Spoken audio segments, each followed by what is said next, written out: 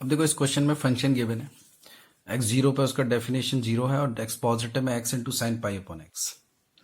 Okay, then I have to prove that कि in 0 to 1 derivative is zero.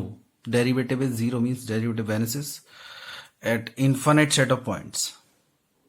0 से 1 के बीच में ऐसे इन्फानाइट पॉइंट्स हैं जहां पे इसका डेरिवेटिव जीरो होगा. ओके,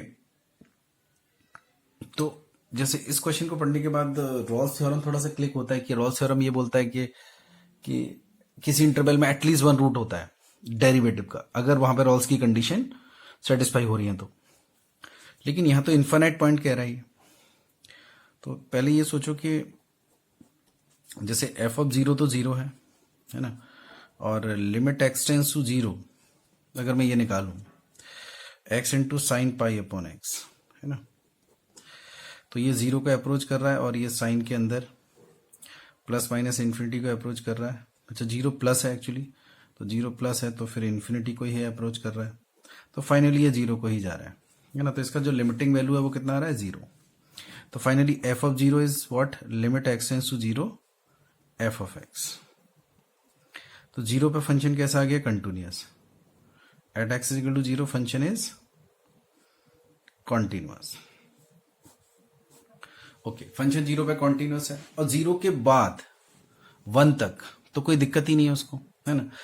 एक्चुअली जीरो से वन के अंदर मैं ये बोल सकता हूँ क्लोज इंटरवल में जीरो से वन आगे बैठे तो एक्स पॉजिटिव में तो फंक्शन कॉन्टिन्यूअस ही है, क्योंकि एक्स पॉजिटिव में ये भी कॉन्टिन्यूअस है ये भी कॉन्टिन्यूअस है, तो फाइनली कॉन्टिन्यूअस रहेगा. लेकिन जीरो से वन की अंदर बात हो रही है तो हम उसी इंटरवल में कर रहे हैं कि क्लोज इंटरवल जीरो से वन में ये फंक्शन जो एफ एक्स है वो कॉन्टिन्यूअस आ रहा है.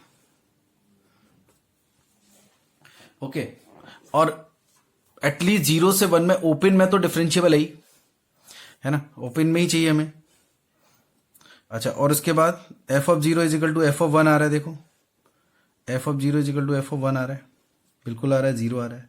तो मैं यहां से ये स्टेटमेंट दे सकता हूं कि जीरो से वन के बीच में डेफिनेटली इसका डेरिवेटिव का एक रूट तो मिल ही जाएगा. ये हम बोल सकते हैं रॉल से. बट एक्चुअली क्वेश्चन में वो कह रहा है कि इन्फानाइट पॉइंट पे ऐसा हो रहा है ना.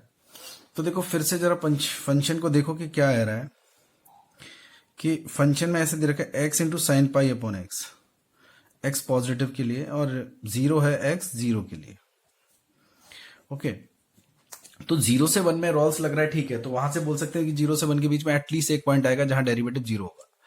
लेकिन अगर मैं यहां पे देखूं कि जीरो पर वैल्यू जीरो है, ओके, अब तुम खुद देखो कि F of one by two देखो तो वो भी जीरो आ रहा है, क्योंकि यहां पे जैसे तुम वन बाई टू रखोगे, वन बाई थ्री रखोगे, वन बाई फोर रखोगे, वन बाई एन रखोगे तो एक्चुअली साइन पाई का मल्टीपल हो जाएगा तो जीरो हो जाएगा.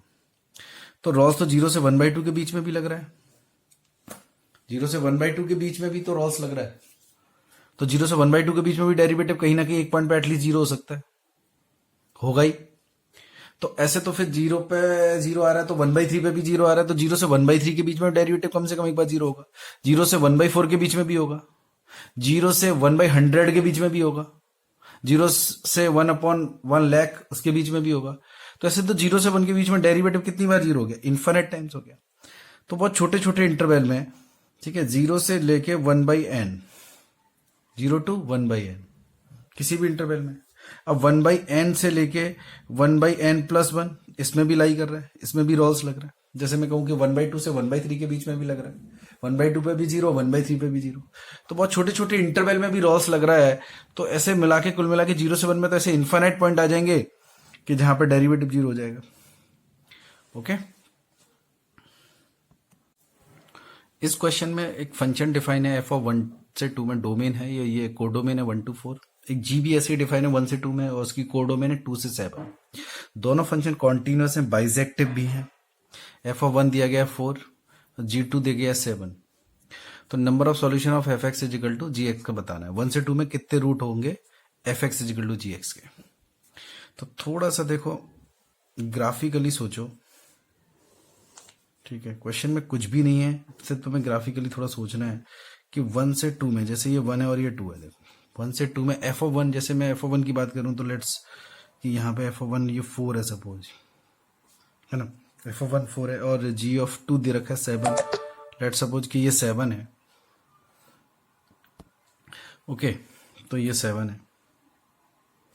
अब ये एफ की मैं बात कर रहा हूं, एफ 1 से एफ ऑफ 1 4 दे रखा है। अब एक्चुअली करना क्या है कि मुझे पता है कि फंक्शन का जो भी डोमेन, जो कोडोमेन है वो 1 से 4 है। बाइजेक्टिव है, बाइजेक्टिव मीन्स क्या हो गया, 1 1 ऑन्टो। अब ऑन्टो भी है तो इसका मतलब इस फंक्शन का जो रेंज है वो भी 1 से 4 ही है।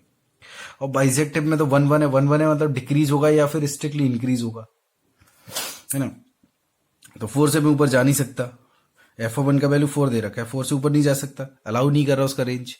और मुझे 1 से 2 में फिर डिक्रीज रहना है स्ट्रिक्टली या फिर इंक्रीज रहना है, इंक्रीज हो नहीं सकता, रेंज अलाउ नहीं कर रहा है, तो मुझे सीधे सीधे ऐसे डिक्रीज होके जाना पड़ेगा।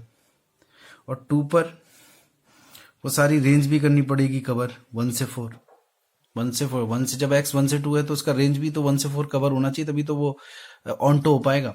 और डिक्रीज होगा या इंक्रीज होगा, क्योंकि 1 1 ऑन्टो है, अब इंक्रीज हो नहीं सकता तो ऐसे ही होगा फिर।